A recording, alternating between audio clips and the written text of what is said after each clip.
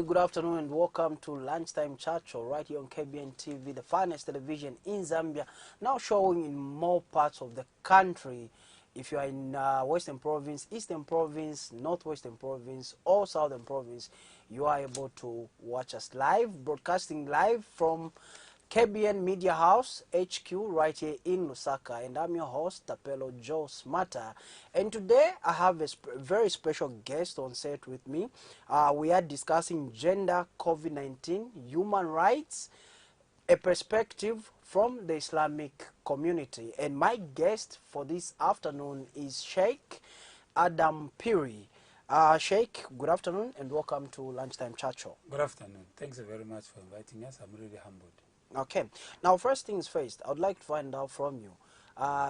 We had been befallen by a global pandemic known as COVID-19. And up to now, we're still suffering its effects. And we are still trying to manage it by every means possible.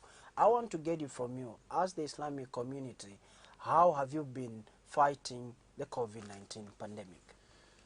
First and foremost, the COVID-19 is something that came up unexpected to many countries. Nobody expected this. As a result, no one can claim that they were prepared 100% for COVID-19. Okay. And this is the COVID-19 has affected almost all the people globally, be it in Zambia here and abroad out there. One of the issues that you may wish to know is that this year is one of the first years that we never had the foreign people performing Hajj pilgrimage in Makkah due to COVID-19, because the flights were cancelled, and then people could not just travel because of this travel ban, and then also social distancing and stuff like that. It's been, like I say, it's affected everybody. However, when you talk about the Muslim community, even here in Zambia, let us bring it home. COVID-19 affects everyone. Because Muslims go to the same shops that everybody goes to. We go to the same schools that everybody goes to. We go to the same clinics that everybody go to. We go to the same shopping malls that everybody go to. We use the same buses. We use the same filling station. We use everything. It's the same. So whatever that is going to affect a Zambian, as a Zambian, it affects all of us. So COVID-19 has had an impact within the Muslim community, and it has an effect. However, moving forward, I'm sure it is the facts which we have to bring on the table. One of the first communities that responded towards the fight of COVID-19 is the Muslim community. Okay. If you notice, when you look at even some of the donations that the Muslim community have done, they've done it in the very first when this pandemic was announced. Huge donations were made to fight the COVID-19. And we did not even wait, for example, like us, the Muslim community, we didn't wait for the government, for example, to say that places of worship, people should close them up or reduce them up. We did it on our own. Now, talking about places of worship, Sheikh, I understand that before a Muslim goes to a mosque, for instance, there are some things that are performed. Let me say, what are some of the things that are performed before somebody finally gets into a mosque and kneels down to worship? Before they do that, because we have been told we have to uphold the public health guidelines against COVID-19. But just tell us, what's the process when somebody goes to a mosque to pray every day 5 times? What's the process like? You see, there are certain guidelines. That's why it is important. That's why I'm very happy and glad that you invited us here, so that we can explain some of these things. You see, one of the guidelines that the Minister of Health has put in place is washing hands. Okay? Washing hands before you enter into the main places. Sanitize, wash hands before you enter the places of worship. This is something that as a Muslim community, we didn't need the guidelines from the Minister of Health to tell us that. No, we didn't need that. Why do I say so? Because every time when a person goes to the mosque, when you go into the mosque, the first thing that a person goes to do at the mosque, he will take off his shoes. You've noticed, a person takes off his shoes. When you go in the mosque, you find a lot of taps there. You find liquid soap or even solid, this bar soap. You find them there.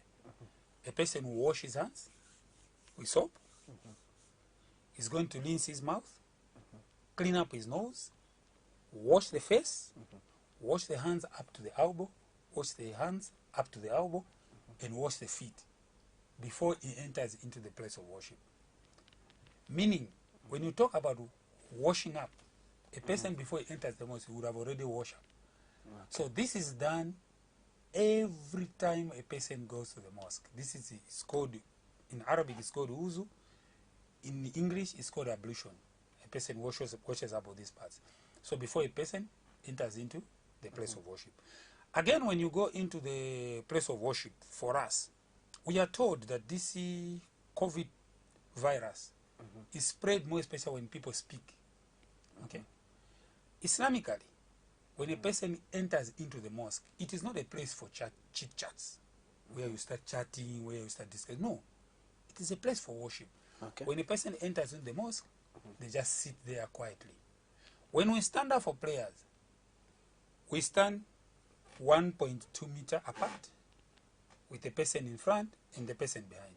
The only time maybe we stand is shoulder to shoulder, which when COVID-19 came, we left a meter in between apart. Okay. Okay? This is how we pray. And then there will be only a voice of one person in the mosque. We do not sing in the mosque. No. There will be only one voice of one person who is an imam issuing the commands. And this command is just like Allahu Akbar, God is the greatest, then everybody follows the same. After that, we come out. Okay. That's it. But the bottom line is we wash all these parts before we enter into the mosque for prayer. Okay. So So that has been a principle that has been happening even before COVID-19 came. You cannot pray without making wudu. You Okay. can't pray. Okay. Now let me try to find out in terms of gender, how have been the Muslim women preventing themselves or protecting themselves from COVID-19? Because I have noticed from the Muslim women that are out there, I have noticed that they wear veils. Yes. To cover their faces, and just kindly tell us how have they been fighting the COVID-19 pandemic, and how are you incorporating them as the Islamic community in the fight? Islam as a faith, as a religion, it has certain rules and regulations that people follow, which can also help in fighting and combating the COVID-19.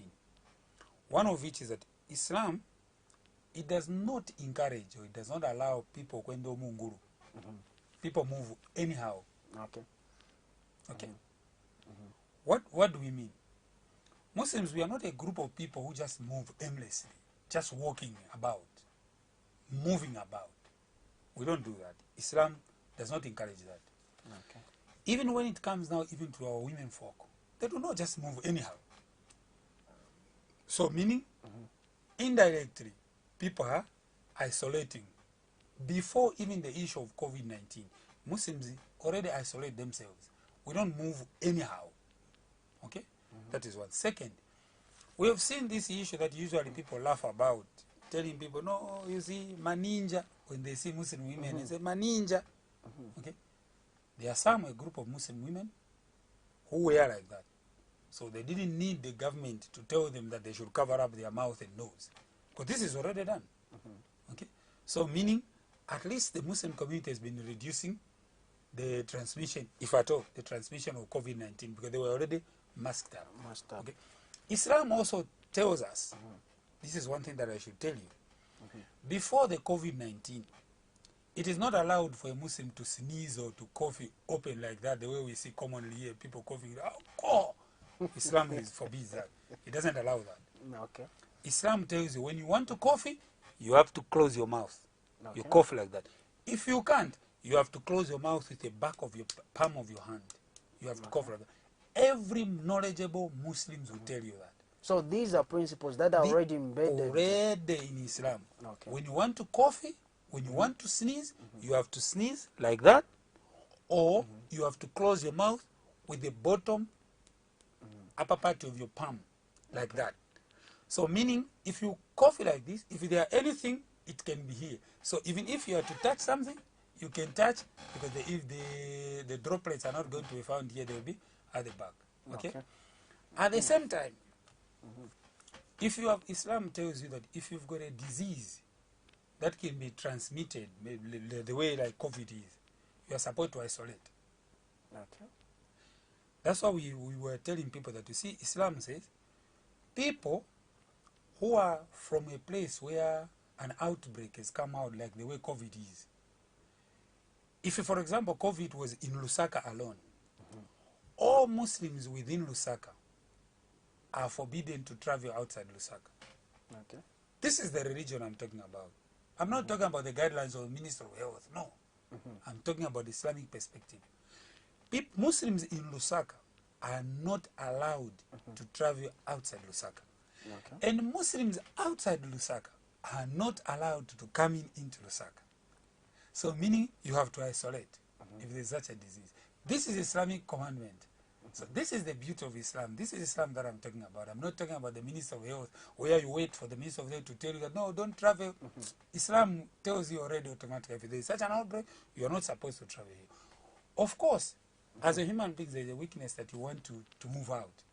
Islam gives you now 2 things or 3 things. It tells you, 1, if you are going to travel out and spread the disease where the disease was not there, you'll be responsible for that, the spread of the disease. Okay. And remember, we are here on earth temporarily. When you die, you stand before God and be judged with your action. So that action will be judged on the day of judgment. So remember to not just end here. All the people who will be affected because of your carelessness of movement will be heaped upon you, because you are the one who would have taken the disease the other side. This is Islam. But again, it gives you comfort. If you remain in the place where you are, and you happen to die in that place because out of that disease, by adhering not to go and spread the disease, you'll be rewarded with a reward of a martyr. So you would have died as a martyr. Okay. So see, so we don't have to wait for the Minister of Health to tell us that we should isolate. Islam automatically tells you that as a religion. As a result, that's why maybe, and I'm using the word quote unquote, maybe, if you notice, in some of the Islamic places where Muslims are very common, the effect of COVID is not as much as some other places. Okay. Now let me find out, you have talked about the Islamic community coming to the aid of government. Just kindly elaborate more. How have you been complementing government efforts in the fight against COVID-19 as the Islamic community? I think everybody knows here in Zambia that at the advent of COVID-19, one of the communities that responded quickly was the Muslim community. This is not just a matter of discussion as we are discussing. These are facts. Okay? Look at the response that the community responded. Look at the donations that the community responded. I can safely tell you that even at an individual level, like us, ourselves, okay, a smaller mosque where we come from, us, we were able to distribute more than 1,000 plus masks. I think even up to now, I still have maybe at home, a bunch of it I still have at our little mosque there. We responded. These are homemade masks. Okay? Check the records. Look around, even on TVs. Records are there. You see how the Muslim community responded. The Muslim community responded quickly. We closed our mosques quickly, fumigated the mosques quickly, reduced the numbers quickly. For example, you discover that a mosque which on a Friday ordinarily would take like 400 people, the numbers were reduced, you won't believe, to 5 people only. Okay. A mosque which takes about 400 people, the numbers were reduced to 5. Why? The imam, you find, is a person who stays there at the mosque. The muazzin is a person who stays there at the mosque. Okay? So meaning, if they are at the mosque, at the same time that their homes are. Okay. And the 3 other extra people, just to keep the mosque what? Because you cannot keep a house of God completely empty. So you can imagine, all these big mosques you see, when COVID-19 was at the epic of it, these mosques, there were only about 5 or 7 people maximum praying in them. In the mosques, when you go, you find there were carpets. Okay? Due to COVID-19, in some of these mosques, all carpets were removed. And every person who came for prayer was encouraged, those 5 or 7 of them, or maybe 12 or 15 or 20, they were encouraged to come with their own prayer mats. Okay. You come with your own Prayer mat. And then all places of making wudu ablution, they were shut completely. We encouraged people to make their ablution from home. So this was the response that the Muslim community who did. Until up to today, when you come into the mosque, even when you go to Chama Mosque, you pick up your cameras, you call Chama Mosque, you find we have labeled places where a person can be supposed to stand 1 meter apart. People are going to stand 1 meter apart, and then 1.2 meter apart. This is how in the mosques we pray until today. So meaning a mosque which takes like 80 people, you find there are only maybe about 40 or 30 people. We are doing that because life is about yourself. It's not about Minister of Health. It's about yourself. The community has to preserve itself. Okay. Yes. Okay. Now let me find out from you, because in this fight against COVID-19, you might discover that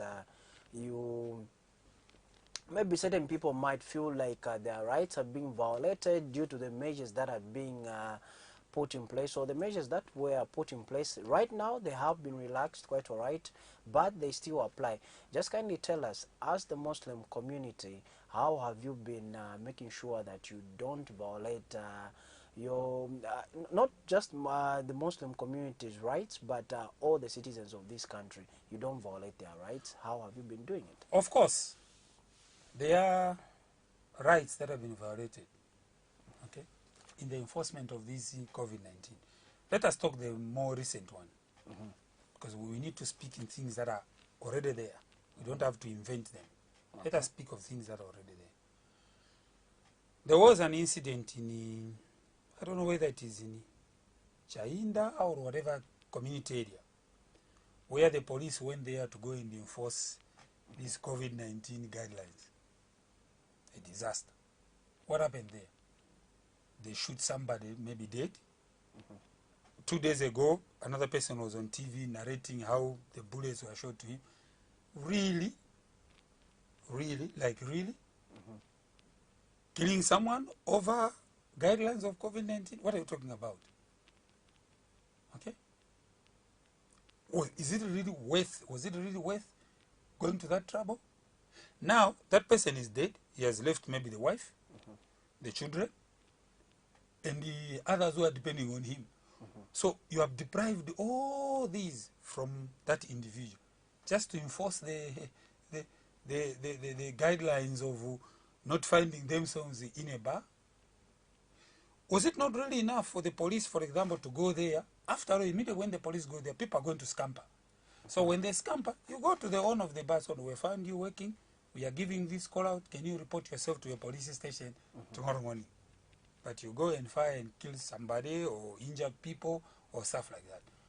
Let us get back a little bit, where we saw some leaders going around whipping people. Oh, going back into the colonial days, where these colonial masters used to do to us, beating us, doing all these things, all in the name of enforcing COVID-19. Okay? These are rights that you are infringing on people. Let us come back again to other whatever. One grouping wants to meet, you tell them that no, you cannot meet, there is COVID-19. But you yourselves, you are meeting, you are grouping people, encouraging people to infect each other, okay? Stopping others, as if you yourselves are immune to infection.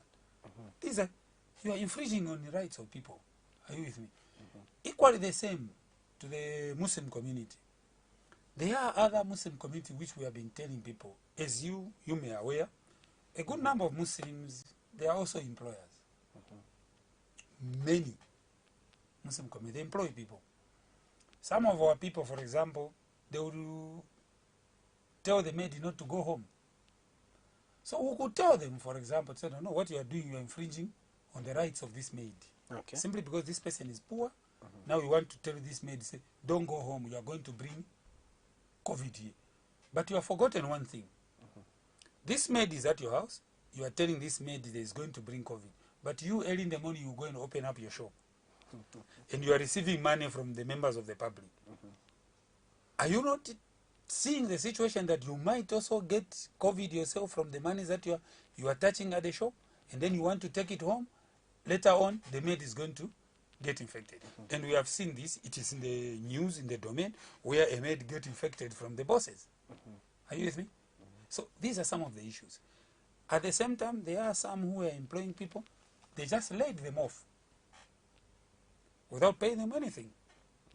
You know, when a person works, his salary becomes a right. It is a right. But there are some who are just laying off workers. This is not acceptable. So there are some human rights here and there that have been broken out, which we must not encourage.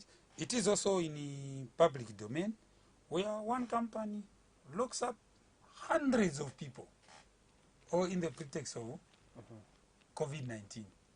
So all these are human rights that were not supposed to be broken in the name of fighting COVID-19. So, but like I said, Muslims, we are part and parcel. Muslims, we live in the same community, we do the same things. We are living in the same community, we face the same problems. So there are some Muslims who have been breaking rights for other individuals. Like I said, it should not be encouraged. And we have been trying to tell the people that this is not right. There are some who have now released their workers to go back home. Some, they say, of course, they are going to bring back their workers. But it is also up to the government also to take stock, because we need to take stock of what has been happening in the country during the COVID-19. Okay. Now let me find out from you, Sheikh. When you look at the human rights, and you saying that both non-Muslims and Muslims, or generally just Zambian citizens, have had their rights infringed, and they have infringed on other citizens' rights. I would like to find out from you particularly, what is the best approach to what's the best approach to use when looking at COVID-19 and enforcing its measures? First and foremost, we needed to balance up the equation here. It is one thing to tell the people to stay at home. What moral right have you got to tie up a person who is already hungry? You have no moral right to do that. Okay? The situation now in the country as it is now, the situation is not good economically. You don't need we don't need a discussion around it now. We know it. Most of our people live on hand to mouth. So before you can tie them up, we needed to explain to them more what are the benefits and what are we doing. Okay. That's why as a Muslim community, to us, when we realized that people were being told to stay at home, the Muslim community came in. And I can assure you that in most of our Islamic mosques within Lusaka and outside Lusaka, food hampers were provided. Food hampers were provided. Cooking oil, sugar, rice, mealie meal. Mention it. Even as far as even giving some monies to people. The Muslim community has done so. During the time when the epidemic was, when there was this issue of a partial lockdown. This was provided. Because there now you can have a moral right to tell people that no, stay at home, because at least we have provided for you basic necessities. Because it wouldn't be right to tell people to stay at home, to sit at home, when they have got completely nothing to eat. Okay. We have got no moral right. So this was made sure that it was done. That is one. Second approach, we could have realized even as a country, to say that we are in this situation that we are in. Nobody was ready for it. Nobody was prepared for it. So we could have taken measures differently. For example, this issue, for example, of beating up people when they are in a bus because they didn't have a mask. Which was better? To beat them up? Or these buses leave from the station. As it leaves from the station, make sure that anybody who is about to jump into the bus will provide him or her with a face mask, for example. I know they had provided hand wash, but there were no face masks. Really, let us not make this issue as simple as it can. To some people, a 10 kwacha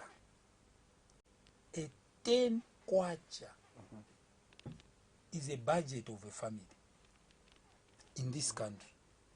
And us who are on the ground, we are telling you this. A 10 kwacha is a budget for a family for a day. Not to buy a mask. How dare we can even think of them buying one mask for one individual, when a 10 kwacha is a budget for the entire family. Pick up your cameras, go in industrial areas there. Ask the people, how much do they get paid when they work in a day? We took time, some of us, to visit some of these areas. And the people come, being, you know, when you are the mosque and then people come, Sheikh, we have got this problem. You listen, you know the situation on the ground. People go in industrial areas, they get paid 25 kwacha per day. 25 kwacha per day. Meaning there are only 2 masks and a half mask in that 25 kwacha. Okay. And this person, he stays where? In John Howard.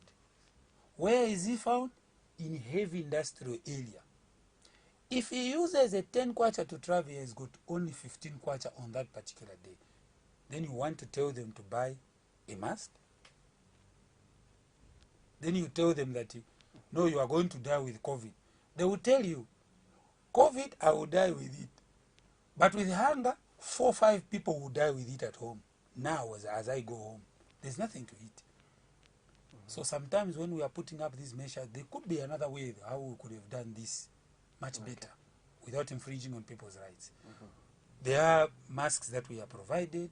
We could have gone flat out and make these handmade masks, whatever homemade masks.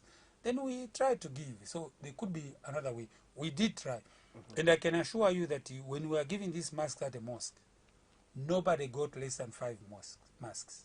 Okay. Per individual? Per individual. Okay. So that they can go and wash them. You have got 5 masks, meaning you can even carry 2 of them. You go with it. When it's wet, you can exchange it. When you are home, you can wash them, dry them, and you pick 2 more, you move with them. So that was done. So that's why our community, to a certain extent, even like I said, when you pick up cameras, you visit these mosques and ask the people, they will tell you that when the epidemic of COVID-19 was at its peak, at least hampers were provided and masks were provided. Like I said, nobody received less than 5 masks each individual. Okay. Now, Sheikh, as we begin to wind up our program, I want to find out particularly from you, generally, how has been the fight against COVID-19 in Zambia? When you look at it, seeing that the measures now, the public health guidelines that were put in place have been relaxed, how has been the fight generally as we begin to wind up our program? You know what they say? They say people believe what they see more than what they hear. The biggest problem that has been in the fight against COVID, which we find it very, very difficult, more especially, it was never made easy for us as a religious people to convince people, was the mixed message of what was being said and what was being done. Are you getting me?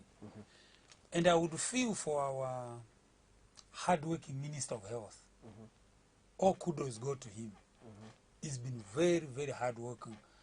At the point that he got infected, he still came back. He could emphasize and say, please let us mask up, let us do social distance, let us do all these things, the guidelines that have been provided. Immediately he finishes saying that, one of his own, maybe minister or whatever, is busy gathering thousands of people somewhere. Okay. Doing exactly opposite what the minister has been saying. So people now started saying, I think these guys, I think they are telling us lies. And yet COVID is real. So this is the only problem that I've come to realize. It has been very difficult for us to explain to people, because immediately when you stand up in the mosque, you want to explain to them, no, COVID is real, please try to, they will tell you, could be COVID, politician. Can't you see what they are doing? If you really COVID existed, do you really believe? And then you find in the midst all these groupings that they were gathering, you discover maybe a leader is not even masked up. is not social distancing. So it has been very, very difficult. So all what we are asking and we are begging, we are on our knees. Please let us say this and do exactly what we say. Okay. Sheikh Adam Puri, thank you so much for making an appearance on Lunchtime Chat Show. Thank you very much. I'm really, really humble. I hope our people, COVID is real. Let us try to mask up, wash your hands, sanitize, and even as we go to worship, remember God cannot help you unless you help yourself. True. So you cannot claim that God is going to help you, then you become careless. No. We'll send you 6 feet down. Okay. Thank you so very much. Okay, you're welcome, Sheikh Adam Puri. That was my guest this afternoon on Lunchtime Chat Show right here on KBN TV, the finest television. Thank you so much for joining us from Eastern Province, Northwestern Province, Central Province, Copperbelt Provinces, Southern Province as well, Western Province as well. Thank you so much to you all our viewers that found time to join us on Lunchtime Chat Show. I have been your host, Tapelo Joe Smarter is my name, on behalf of my director, Patrick Msonda. Good afternoon and pleasant viewing. Audio Jungle.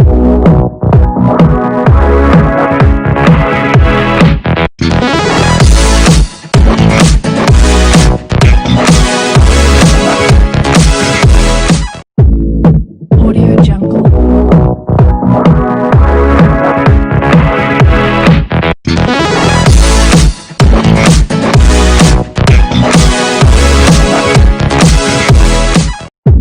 Football action plus amazing discounts on Topstar. Quench the November heat with 20% discount and grab yourself a DTT 4 kit at only 149 kwacha. Spare a moment, relax and refresh yourself with thrilling football action for only 135 kwacha DTT or 140 kwacha DTH monthly subscription. Watch the North London Giants, the Gunners, Arsenal as they host Mode on Thursday 5th November at 22 hours exclusive to World Football. Then conclude your football weekend and catch the Catalan Giants Barcelona as they host Real Betis live on Saturday 7th November at 17:15 hours on Sports Premium. Subscribe now and witness your best football teams and stars in action. Topstar.